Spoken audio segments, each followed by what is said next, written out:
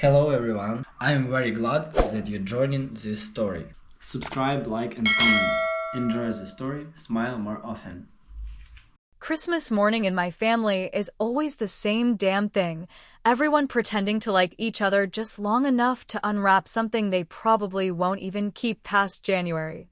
I hadn't been home in 4 years, and even though I knew better, part of me was still stupid enough to expect that this time might be different. You know that quiet little hope you carry in your chest like a dying pilot light? That hope that maybe, just maybe, your mom will see you for who you are, not who she's decided you've become. That was me, walking up those icy porch steps with a bottle of scotch under one arm and a duffel bag full of guilt-tripped nostalgia under the other. The house smelled like cinnamon-scented wax and overcooked turkey. The same Christmas lights from a decade ago flickered in the window, half burnt out, just like the people inside. My sister Lindsay gave me a hug like we were strangers on a plane who just realized we used to work at the same office. Jake, my brother, patted my back like I was his boss and not the guy who bailed him out of a DUI 6 years ago. Mom greeted me with a frozen smile that didn't reach her eyes and a comment about how I'd finally made time for family. I smiled back and didn't mention that I paid off her mortgage 2 years ago. I sat on the couch next to my nephew, Tyler, who was 17 and already taller than me. Good kid, smart, kind, probably too good for this family, if I'm honest. He whispered, "Glad you came," and handed me a candy cane. It was the most genuine thing anyone gave me that day. Then the gift-giving started. It was like watching a badly directed play. Mom handed out presents like she was the star of a game show. "Lindsay, I know how much you love your teas," she beamed, handing her a fancy gift box with exotic blends. "Jake, here's something to help with your car," as she gave him a new tool set, even though we all knew he doesn't fix shit himself. Tyler got a brand new laptop, which, if I'm not mistaken, was way outside of Mom's usual budget. The nieces got dolls and art sets. Hell, even Lindsay's dog got a goddamn stocking. Then it got quiet. I looked around, hands resting on my knees, waiting, not expecting anything extravagant.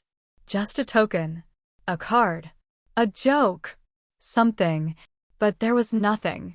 Just the sound of wrapping paper being torn and thank yous being mumbled. My mom glanced at me and then moved on to cleaning up discarded ribbons like it was the most natural thing in the world. I cleared my throat lightly, not to make a scene, but just enough that maybe she'd remember she raised 3 kids, not 2 and a ghost. She looked at me, eyes narrowed slightly, and said with that tone only a mother can use when she's dressing you down in front of people but trying to make it sound sweet, "Well, honey, you make too much money. You don't need anything." It wasn't said with love. It wasn't a joke. It was punishment disguised as frugality. And for a second, I didn't know what to say. Everyone just went quiet, no one looked at me directly. Lindsay started fiddling with the edge of her scarf. Jake scratched his neck like he'd just remembered he left the oven on. I felt my face go hot, but my voice stayed calm. Years in tech will teach you how to respond like a robot even when you're seething inside. I reached into my inner coat pocket, pulled out a folded envelope, and looked at Tyler. "This," I said, holding it up, "was going to be yours, kid. $5,000. Just to help you start a savings account or whatever dream you've got brewing." His eyes lit up, just for a second. Then he looked at my mom and saw the firestorm about to come. I could see the gears turning in his brain. "Don't piss off Grandma." I held the check between 2 fingers, looked straight at my mother, and added, "But Grandma says you don't need it either." And then I tore it in half, slow and deliberate, like I was slicing through every passive-aggressive Christmas we'd ever had. The pieces fluttered to the floor like snow and the room went dead silent. You could have heard the damn clock ticking on the mantel. My mom's face went white. Not pale. White. Like she'd seen a ghost or finally realized that the power she thought she held over me had snapped like a dry twig. Jake muttered something about needing a smoke and practically ran outside. Lindsay started picking up wrapping paper again like it was a bomb defusal tactic. Tyler sat there stunned, unsure if he should apologize or follow me out. I didn't wait for anyone to say anything. I stood up, walked into the kitchen, poured myself a finger of that expensive scotch I brought, and walked out the front door without another word. In that moment, I wasn't mad. I was done. And the craziest part? I didn't even feel bad. Not yet. Not then. I didn't even know where I was driving at first, just out of the driveway, away from that suffocating house and all its tightly packaged memories wrapped in fake smiles and decades-old resentments. The town hadn't changed much, but I had, and that only made everything feel smaller somehow, like a pair of jeans you used to love but can't button anymore. I ended up pulling into the parking lot of Murphy's Pub, a place that used to be a second home in high school, back when life was simpler and we were all dumb enough to think being grown meant being free. Inside, the lights were dim, the air stale with beer and fryer grease, and the Christmas decorations looked like they hadn't been taken down from last year. I sat at the far end of the bar and ordered a whiskey neat because ice felt like more effort than I was willing to tolerate.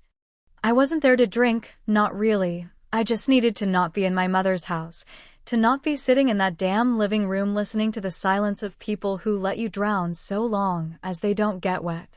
A familiar voice called my name, and I turned to see Ben Watson, a guy I played baseball with in high school, all grown up with a receding hairline and the same crooked grin he always had after sneaking beers behind the gym. We talked for a bit, mostly small stuff, who moved, who died, who got divorced, and then he asked what I was doing in town.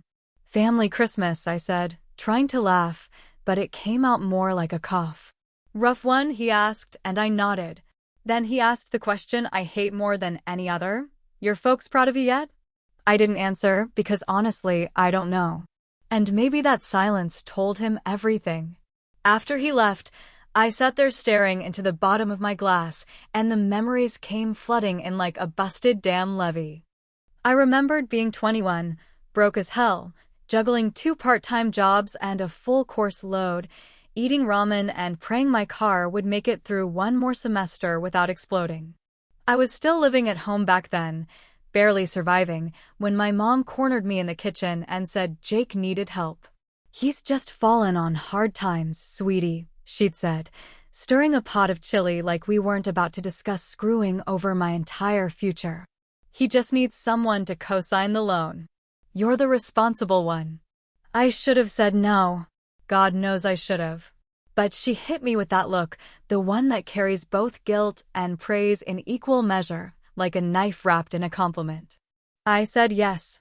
I told her I'd do it. And not even 8 months later, Jake stopped making payments. Didn't call. Didn't explain. Just defaulted. Guess who got stuck holding the bag? I remember paying off Jake's $10,000 loan when I was making maybe $1,500 a month. That's, like, half my income. I was eating peanut butter on saltines and borrowing textbooks from the library because I couldn't afford new ones. Meanwhile, Jake had a new tattoo and was posting pictures of ski trips with friends on Facebook. That's when I realized something my dumbass self hadn't understood before: being the responsible one isn't a reward. It's a punishment. It means they think you're strong enough to carry everyone else's shit. And if you ever drop it, suddenly you're selfish. I paid off every damn cent of that loan over the next 2 years, interest and all, while my brother played victim and my mother acted like I was lucky to help. No thank you. No apology. Just the occasional, well, you've always been good with money. Sitting at that bar, I felt it all bubbling up again. Decades of being the invisible safety net. The one they never celebrated but always leaned on. And that check I tore in half back in the living room? That wasn't just about Tyler. That was about every time I was made to feel like success meant I owed something to the people who never helped me get there. I checked my phone expecting nothing, but saw 20 missed calls from Mom. That woman hasn't called me 20 times in the last 5 years combined, but today she wanted a piece of me. Then I saw the message from Lindsay. Just one sentence. She's telling everyone you threatened Tyler. I stared at those words for a long time, not quite believing what I was reading. Threatened? I gave the kid a check. I told the truth. I made a point. That was all. But now, in whatever twisted version of reality my mother exists in, I'm the villain. I didn't reply. I didn't call back. I just sat there, still and angry, not the kind of angry that burns hot, but the kind that settles in your bones and makes everything feel like it's vibrating just slightly off kilter. Because in that moment, I knew something important. This wasn't about a gift. It wasn't about money. It wasn't even about Tyler. It was about control. And for the first time in a long time, I wasn't going to let her have any. Not anymore. I didn't sleep that night, not really, not in any meaningful way. I laid on the hotel bed with the lights off, the TV humming in the background playing some made-for-cable Christmas movie that I wasn't watching, just letting it fill the space so I wouldn't hear my own damn thoughts echoing back at me. I kept staring at the ceiling, thinking about that text from Lindsay, thinking about my mom telling people I had threatened her grandson, like I was some drunk uncle throwing chairs across the room. She knew exactly what that kind of accusation implied, and more importantly, she knew it would stick with some of the family, even if no one said it out loud. Around 9 the next morning, after I'd stared at my coffee long enough to forget it was cold, I made the decision to go back to the house. Not because I wanted to apologize, and not because I thought there was anything worth salvaging, but because I needed to see it, really see it, for what it was. I needed to walk into that place, not as the son who always showed up and shut his mouth, but as the man who finally decided enough was enough.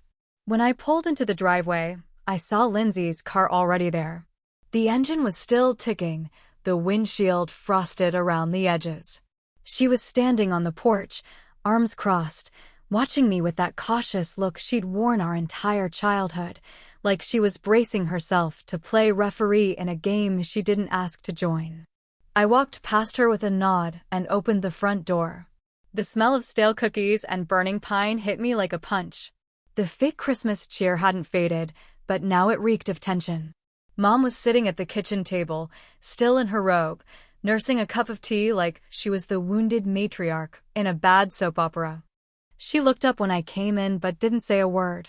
Lindsay followed behind me and started talking too fast, trying to bridge the silence with neutral ground.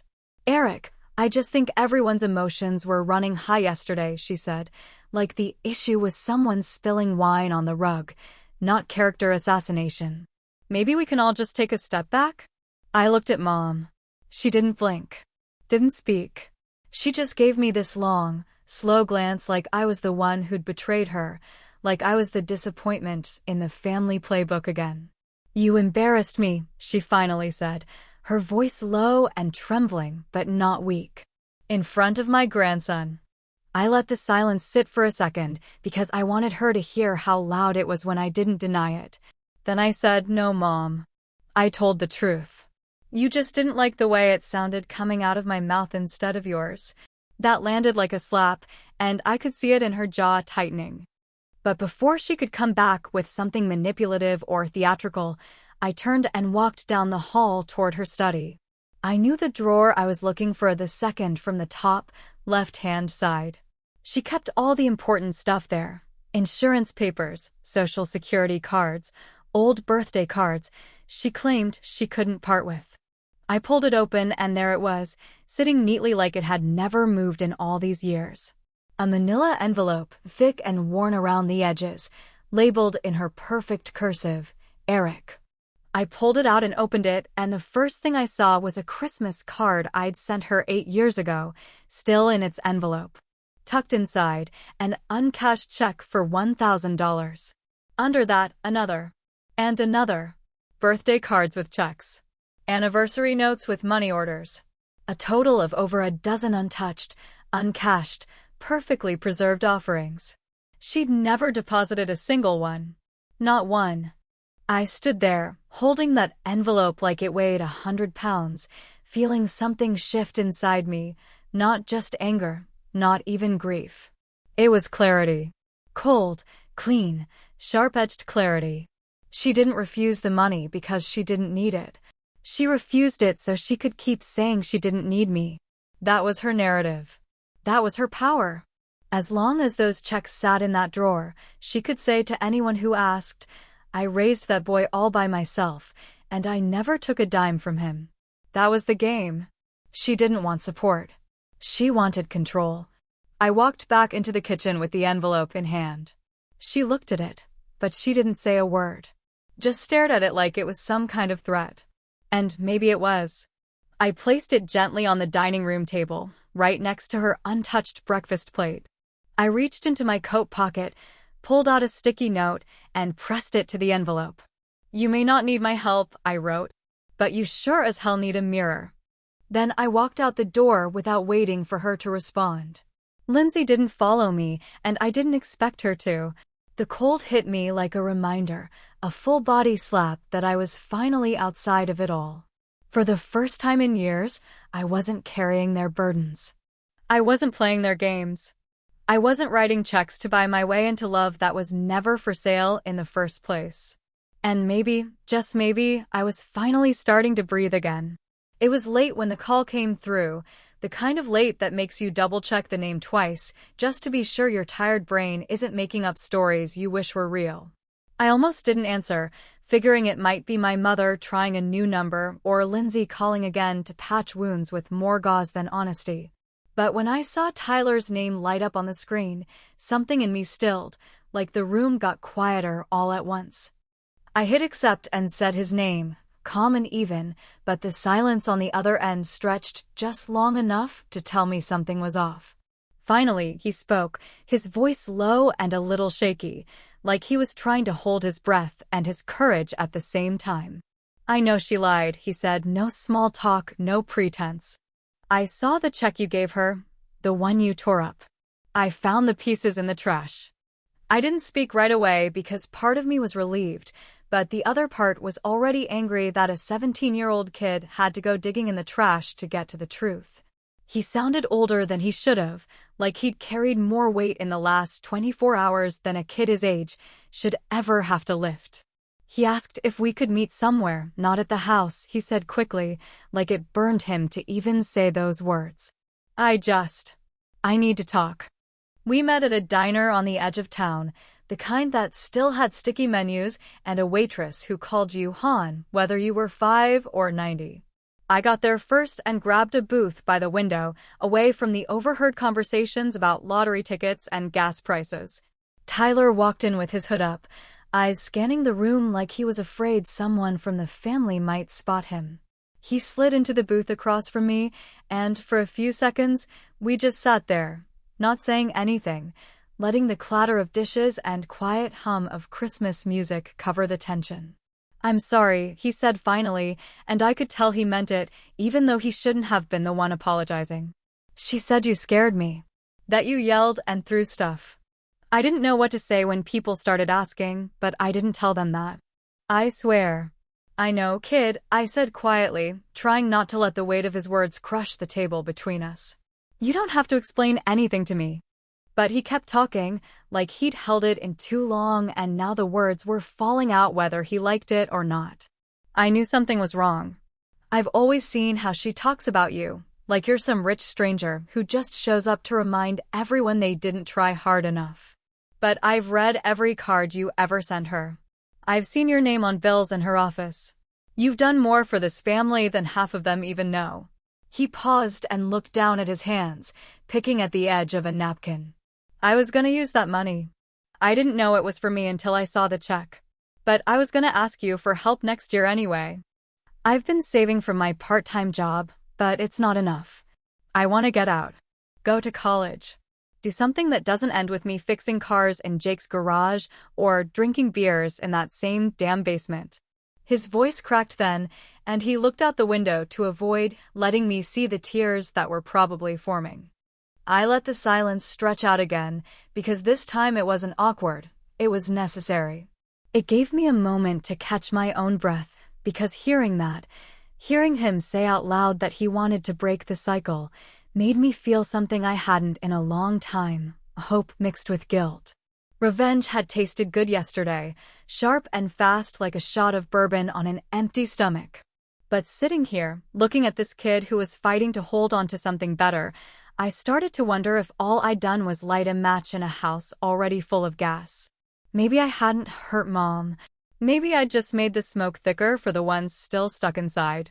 Tyler looked back at me, eyes a little red now, voice steadier. I don't want to be like Jake. I don't want to end up resenting everyone and blaming people for my mistakes. I thought that check was hope. And when you tore it, it felt like that hope went with it. I reached into my jacket and pulled out a new envelope, thinner than before, but still sealed. I slid it across the table toward him, but when he reached for it, I put my hand on top to stop him. Don't open it now, I said quietly. Wait until next Christmas. If you still think I'm the asshole who ruined everything, burn it.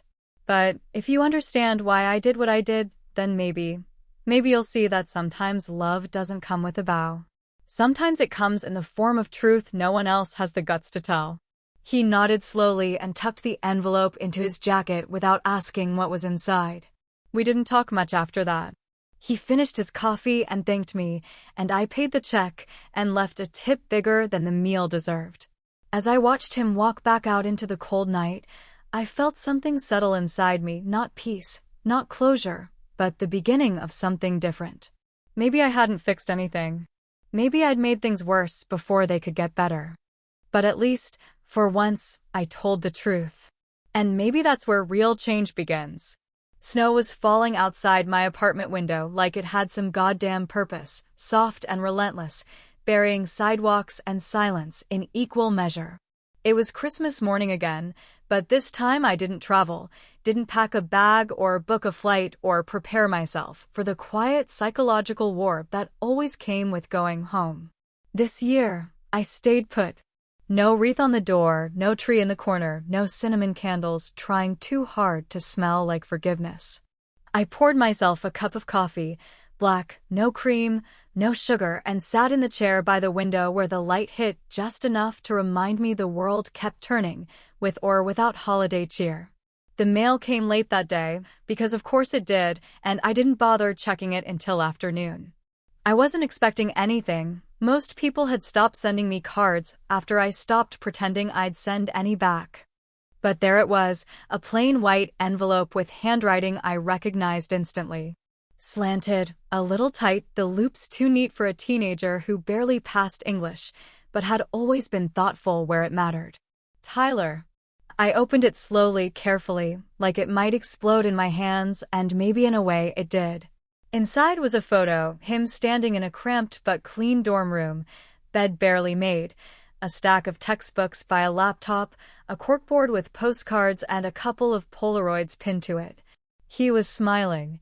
Not the kind of smile you fake for family or post online for likes, but the kind of smile that slips out when you realize, for the first time in your life, you might actually be okay. There was a post-it stuck to the back of the photo, and on it, in the same tight handwriting, he'd written, "You weren't the asshole. You were the lesson." That one line hit me harder than anything I'd heard all year. I sat back and let it roll around in my head, again and again, like it was smoothing out the rough edges I'd been carrying since last Christmas. You weren't the asshole. You were the lesson. Maybe that's all I ever wanted, to be seen clearly, not as a villain or a wallet or the walking reminder of everything they never had the courage to chase, but as a man who made hard choices because no one else would. I set the photo aside and reached for the drawer in my desk where I kept a few things that mattered, and I pulled out the carbon copy of the letter I'd written him last year, the one I sealed in that envelope and told him not to open until now. I'd kept a copy because I wasn't sure I trusted my memory enough to carry the weight of those words. It wasn't long, not flowery or dramatic. Just the truth. Sometimes adults screw up, Tyler, it said. Sometimes we think we're helping, and we end up hurting. And sometimes revenge is just love dressed up like anger, trying to teach someone a lesson because they never listened to anything else. If you ever need help again, ask. But don't let anyone make you feel like you owe them your life for it. Taped to the inside of that envelope had been a check. $10,000. It was money I could afford, sure, but more than that, it was a symbol. A reversal. A choice. I didn't give it to him because I pitied him. I gave it to him because he asked for something real, not just a handout or a shortcut, but a chance to do better. To be better. I never heard from my mother again. Not directly. Lindsay still sends texts on holidays, little things like "hope you're well" or "Tyler's doing great," which I appreciate but never respond to in more than a word or two. Jake still lives 2 blocks from her, still trying, still stuck in that cycle of almosts and excuses that he's been recycling since we were teenagers. I don't ask about him, and nobody volunteers updates, which is fine by me. But every now and then, I open the box. It's a small cardboard box shoved in the back of my closet, under a stack of old tax documents and a pair of hiking boots I haven't worn in years. Inside are Christmas cards. Some new, some yellowed around the edges, still sealed, the paper warped from time or guilt or both. Every one of them from family. Most of them with checks inside. None of them cashed. I don't know why I keep them. Maybe because part of me likes knowing the gesture was made, even if it came too late. Maybe because I need to remember that people only say sorry in the ways they know how, and sometimes those ways are cowardly, quiet, and too easy. Or maybe, and this is the one that keeps me up sometimes, I keep them because those cards prove what I always suspected: money was never the problem. It was just the weapon. And there's one last thought, one that sticks with me more than it should, especially on days like today when the world feels quieter than usual. Turns out, not cashing a check can mean 2 things. One's pride. The other? Maybe guilt.